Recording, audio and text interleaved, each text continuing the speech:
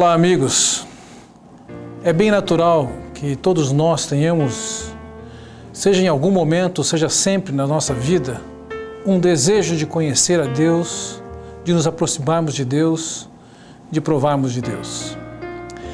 As Escrituras nos contam que por nós mesmos nós não poderíamos nos chegar a Deus. A providência que viabiliza que qualquer pessoa possa chegar-se a Deus e desfrutar da presença de Deus é algo que vem de Deus. Nem você, nem eu, nem nenhum outro ser na humanidade como um todo tem a capacidade de ter uma conduta tal que agrade a Deus e tenha acesso a Deus. A providência de Deus foi enviar seu Filho Jesus Cristo, que morreu naquela cruz por nós, que pagou os nossos pecados, e assim a justiça foi feita e podemos acessar a Deus por a sua bondade e justiça somente pela fé. Entretanto, não deixa de ser uma discussão, e uma discussão importante, se todos aqueles que chegaram ao Senhor Jesus Cristo, eles têm acesso livre a Deus. Ou alguns têm algum privilégio maior do que outros? Todos têm direitos iguais diante de Deus? Ou não é bem assim? Há uma passagem das Escrituras que revelam o coração de Deus, que nos serve para avaliarmos quem é que de fato tem acesso à intimidade de Deus, ao círculo íntimo de Deus. Quem é que de fato tem acesso a ser amigo de Deus, próximo de Deus. Eu me refiro à passagem de Ezequiel capítulo 44, em que Deus estava descrevendo através do seu profeta qual era a relação dos diversos grupos de pessoas com Deus. É interessante, porque no versículo 9 aqui de Ezequiel capítulo 44, ele diz: assim diz o soberano, o Senhor, nenhum estrangeiro incircunciso no coração e na carne entrará no meu santuário. Havia uma restrição. Um grupo não tinha acesso à presença de Deus, não tinha acesso à face de Deus, não tinha acesso ao conhecimento íntimo de Deus. Ele aqui chama de estrangeiro, incircunciso de coração.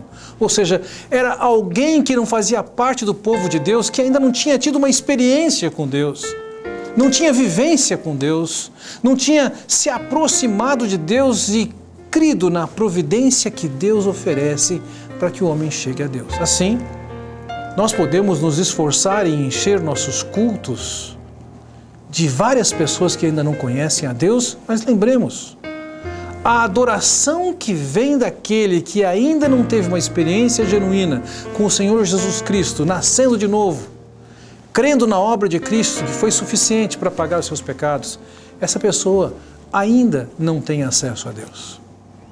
Mas há um segundo grupo que tenha um certo acesso, mas um acesso limitado. Assim, no versículo 10 é dito de pessoas que já fazem parte do povo de Deus. Entretanto, é dito, os levitas, que tanto se distanciaram de mim quando Israel se desviou e vagueavam para longe de mim, indo atrás de seus ídolos, sofrerão as consequências de sua iniquidade. Ele está falando de um grupo de pessoas, eles eram dentro do povo de Deus, eles eram um grupo selecionado para servirem a Deus, mas por causa deles terem desobedecido, se tornado insubmissos a Deus, Deus diz assim: olha, vocês não vão entrar na minha presença. Vocês vão até entrar na casa, vão fazer alguns serviços, mas na minha presença vocês não vão entrar. Vocês têm uma restrição. Vocês podem trabalhar pela minha causa, podem trabalhar pelo meu povo, podem cuidar da organização, mas acesso à minha presença vocês não têm. Entretanto, no versículo 15 dessa mesma passagem, Deus fala de um povo muito específico. Eles também eram do povo de Deus, eles também eram levitas, mas eles eram descendentes de um sacerdote chamado Zadok.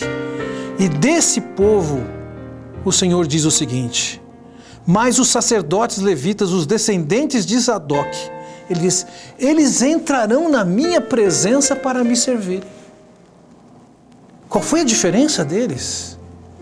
É que além de eles serem povo de Deus, eles estavam levando a sério a Deus e não estavam sendo levados pela onda de impiedade, não estavam sendo levados pela onda de cada um faz o que quer. Ao contrário, naquela linhagem havia pessoas que estavam comprometidas com Deus e desejosas de cumprir com aquilo que Deus tinha para elas.